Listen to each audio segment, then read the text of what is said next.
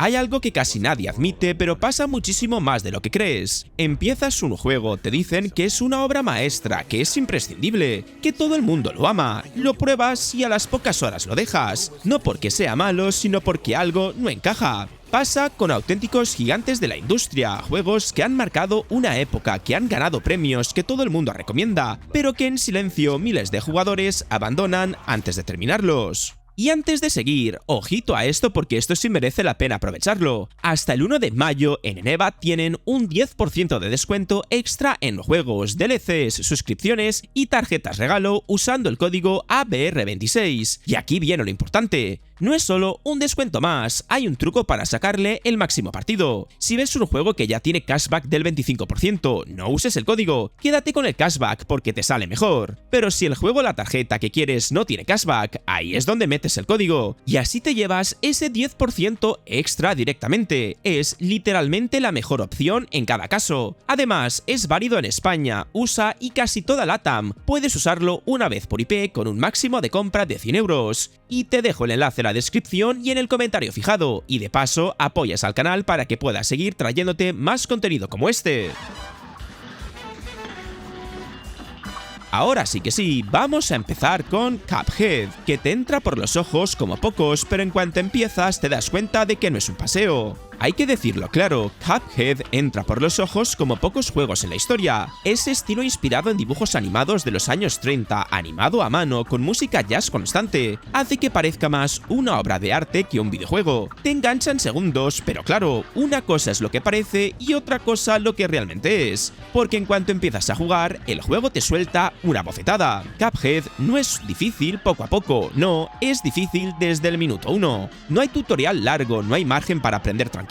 Te planta delante de un jefe y te dice búscate la vida, y aquí es donde mucha gente se baja del barco. El juego está diseñado como un boss rush, es decir, prácticamente todo gira alrededor de combates contra jefes, cada uno con varias fases, patrones cambiantes y ataques que requieran reflejos muy precisos. No basta con reaccionar, tienes que memorizar, tienes que repetir y repetir mucho. Y eso choca con algo importante. El jugador medio actual no tiene tanta paciencia. Estamos acostumbrados a progresar constantemente, a sentir avance, pero en Cuphead puedes estar 30 minutos o más atascado en un solo jefe, sin avanzar, sin recompensa inmediata. Y ahí es donde aparece la frustración, porque el juego no te castiga con mala intención, pero sí te exige concentración total. Un fallo, una bala mal esquivada, un salto mal medido y vuelves al principio. Y claro, cuando eso te pasa 10 veces seguidas, la experiencia pasa de ser divertida a ser agotadora. Y aún así, lo curioso es que cuando consigues superar un jefe, la sensación es brutal. Es de esos juegos que te hacen sentir que mejoras de verdad.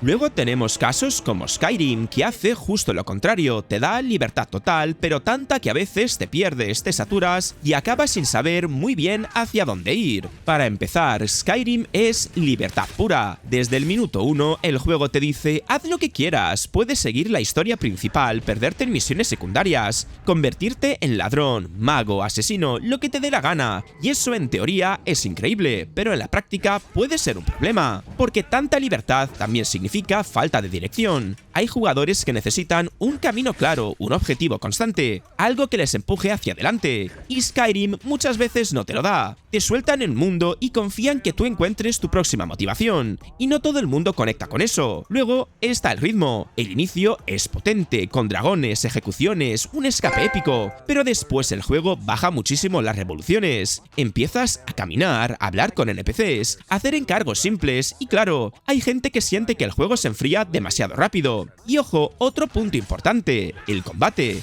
No es malo, pero tampoco es su punto fuerte. Comparado con otros juegos más modernos, puede sentirse algo tosco, repetitivo e incluso muy poco satisfactorio. Golpeas, bloqueas, lanzas magia, pero no hay ese impacto o profundidad que engancha a largo plazo. Y eso, en un juego donde vas a combatir durante decenas de horas, pesa bastante. Aunque es un juego querido, también es famoso por sus bugs, animaciones raras y situaciones absurdas, cosas que a algunos les hacen gracia pero a otros les sacan totalmente de la experiencia. Y por último, algo clave, la saturación. Skyrim es enorme, lleno de contenido, de misiones, de cosas por hacer, pero llega un punto en el que algunos jugadores se sienten abrumados, abren el mapa, ven 1000 marcadores, 1000 tareas pendientes y en vez de motivarse, se agobian. Y ahí es cuando lo dejan. Y si hablamos de exigencia, Kingdom Come Deliverance va un paso más allá, porque aquí no eres un héroe, eres un don nadie, y eso se nota en cada combate, en cada sistema y en cada error que pagas caro. Kingdom Come Deliverance es de esos juegos que parecen hechos a propósito para dividir a la gente, porque sí, es un juegazo, pero también es uno de los más abandonados que existen, y cuando lo pruebas entiendes perfectamente por qué. Este juego no quiere ser divertido en el sentido clásico, quiere ser realista, y eso cambia absolutamente todo. Aquí no eres un héroe elegido, ni un guerrero imparable, eres un don nadie, literalmente, un campesino que no sabe ni pelear, y eso se nota desde el minuto 1, porque el combate es duro, torpe, lento, y tú también lo eres. Y claro, la gente entra esperando algo tipo Skyrim, donde en pocas horas ya te sientes poderoso, pero aquí no. Aquí fallas golpes, te cansas rápido, te rodean y te destrozan sin piedad, y eso frustra mucho. Luego está el tema de los sistemas. Todo en Kingdom Come es más complejo de lo normal. Comer, dormir, curarte, aprender habilidades, abrir cerraduras. Todo tiene su propia mecánica y muchas no son precisamente intuitivas. El lockpicking, por ejemplo, ha hecho abandonar a más de uno directamente. Y eso no es dificultad, es ritmo. El juego es muy lento, muy lento. Te hace viajar a pie o a caballo durante largos minutos, sin acción constante, solo tú, el camino y el mundo. Para algunos eso es inmersión total, para otros es aburrimiento.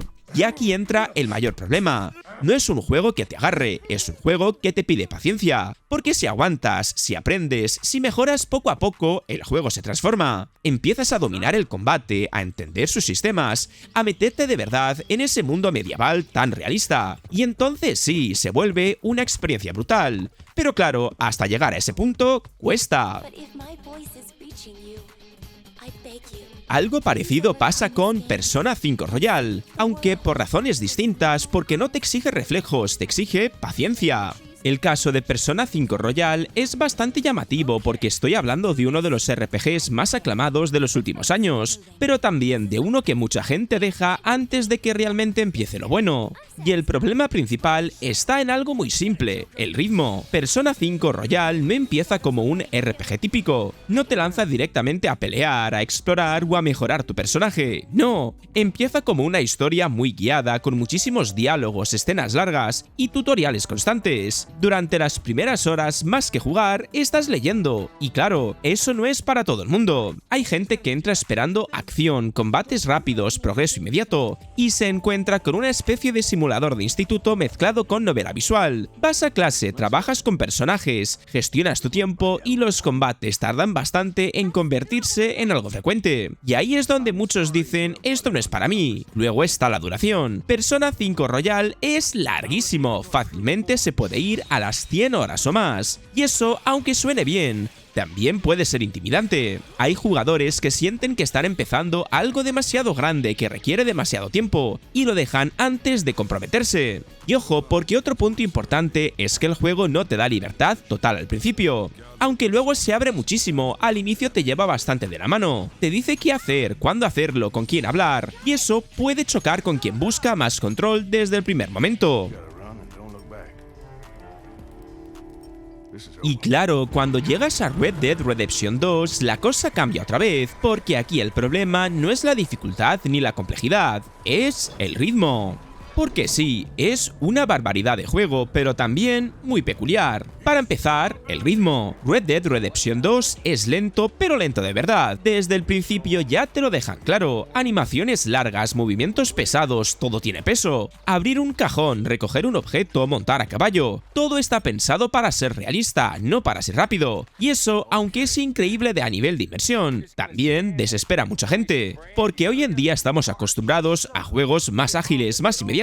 Aquí no. Aquí el juego te obliga a bajar revoluciones, a tomártelo con calma, y si entras con otra mentalidad, chocas de frente. Luego está el tema de la jugabilidad. Disparar, moverte, interactuar, todo se siente más pesado que en otros juegos. No es torpe, pero tampoco es ágil. Y eso hace que algunos jugadores sientan que están luchando contra el propio control. Otro punto clave es que el juego no te recompensa constantemente. Puedes pasarte largos ratos cabalgando, hablando con personajes, haciendo tareas sin simples en el campamento, sin una acción directa. Para algunos eso es magia pura, porque te mete de lleno en ese mundo, para otros es aburrimiento. Y ojo, porque la historia es increíble, pero también es densa. No es una historia que te suelte momentos épicos cada 5 minutos, es lenta, se cocina a fuego lento, construye personajes poco a poco y si no conectas desde el principio es fácil perder interés. Y luego está algo que no se suele decir tanto, la saturación. Es un juego enorme, lleno de detalles, de sistemas, de cosas por hacer, y hay jugadores que, en vez de sentirse libres, se sienten abrumados.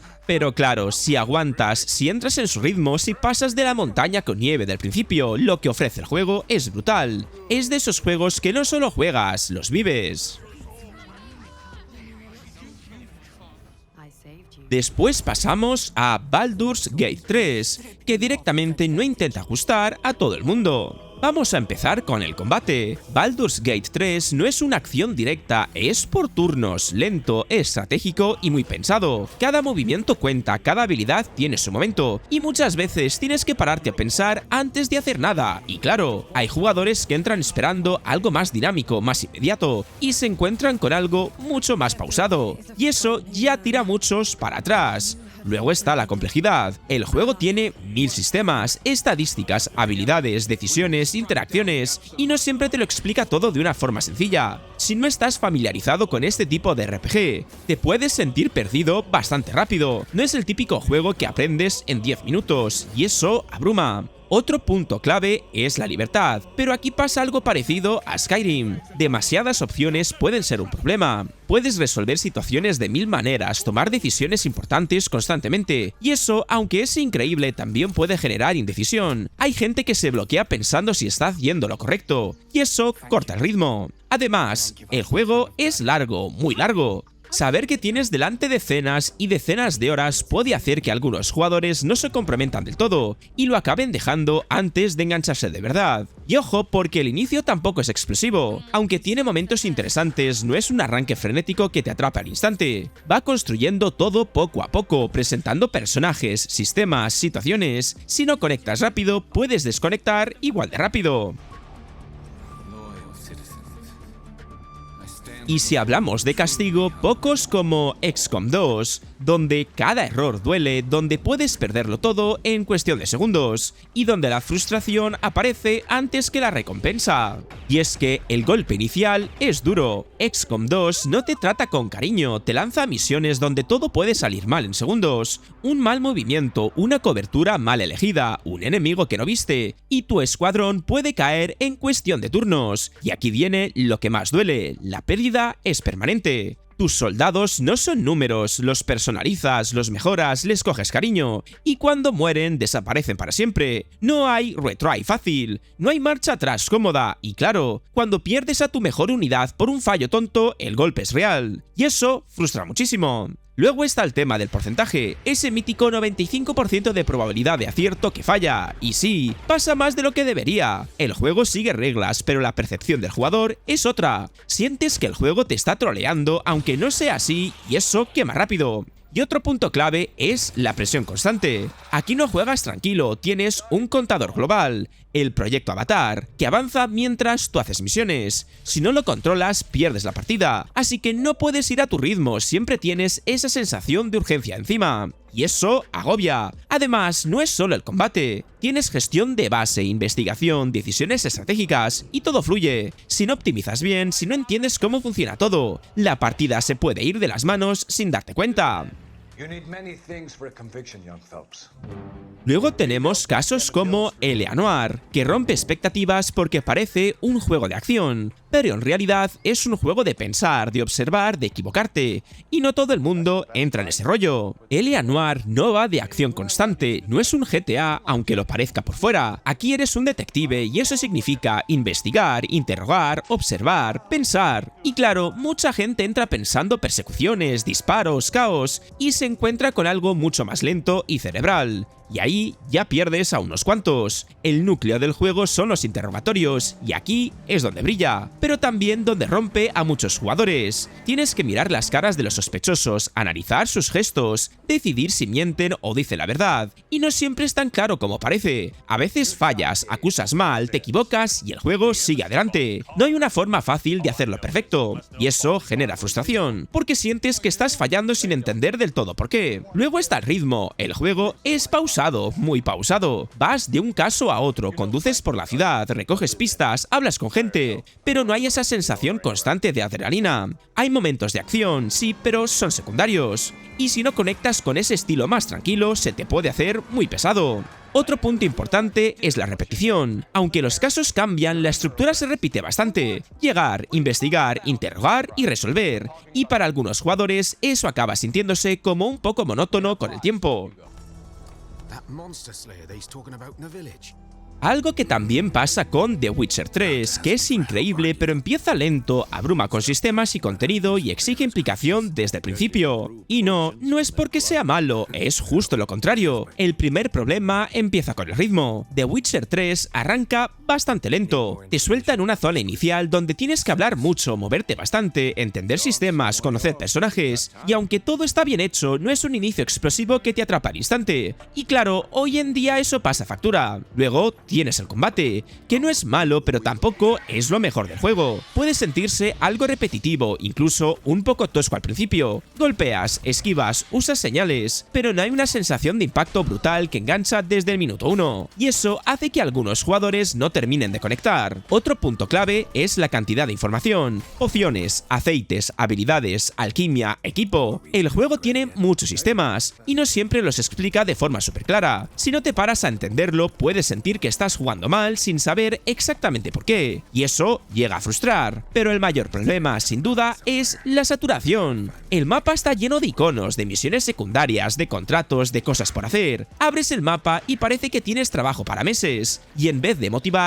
a muchos jugadores les agobia eso. No saben por dónde empezar, ni qué es importante, ni qué merece la pena, y ahí es donde muchos se bajan del carro. Y por último, cerramos el vídeo con Assassin's Creed Valhalla.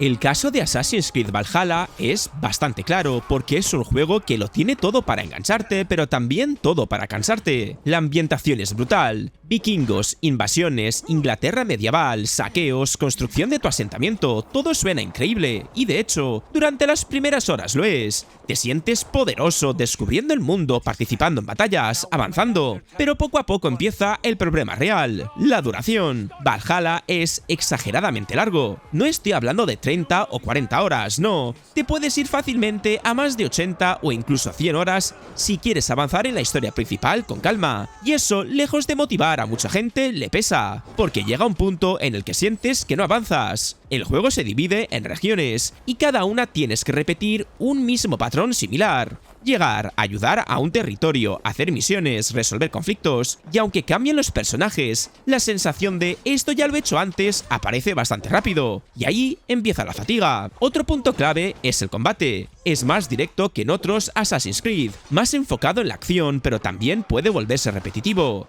Golpeas, esquivas, usas habilidades y aunque al principio mola, con el tiempo pierde frescura. Y eso, en un juego tan largo, pasa factura. Y esto también hay que decirlo, la historia tiene momentos muy buenos, pero está muy estirada. Hay tramos que se sienten como relleno, como si el juego alargara artificialmente la experiencia. Y al final, todos estos juegos tienen algo en común. No es que sean malos, es que no están hechos para todo el mundo. Son juegos que no se adaptan a ti, tú tienes que adaptarte a ellos. Y claro, cuando eso pasa, cuando no entras en su ritmo, en su dificultad o en su forma de jugar, los acabas dejando aunque sepas que son muy buenos. Pero también te digo una cosa, muchas veces esos juegos que abandonas son los que más merecen la pena retomar. Porque cuando haces clic, cuando por fin entiendes lo que te estaban pidiendo, la experiencia cambia por completo. Y ahora te toca a ti. Quiero que me dejes en comentarios cuál es ese juego que todo el mundo ama pero tú no pudiste terminar. Y si te ha gustado el vídeo, dale al like, al hype si lo estás viendo desde el móvil y suscríbete si no lo estabas. Y echa un vistazo a la descripción porque vas a encontrar todos estos juegos a un precio muy rebajado.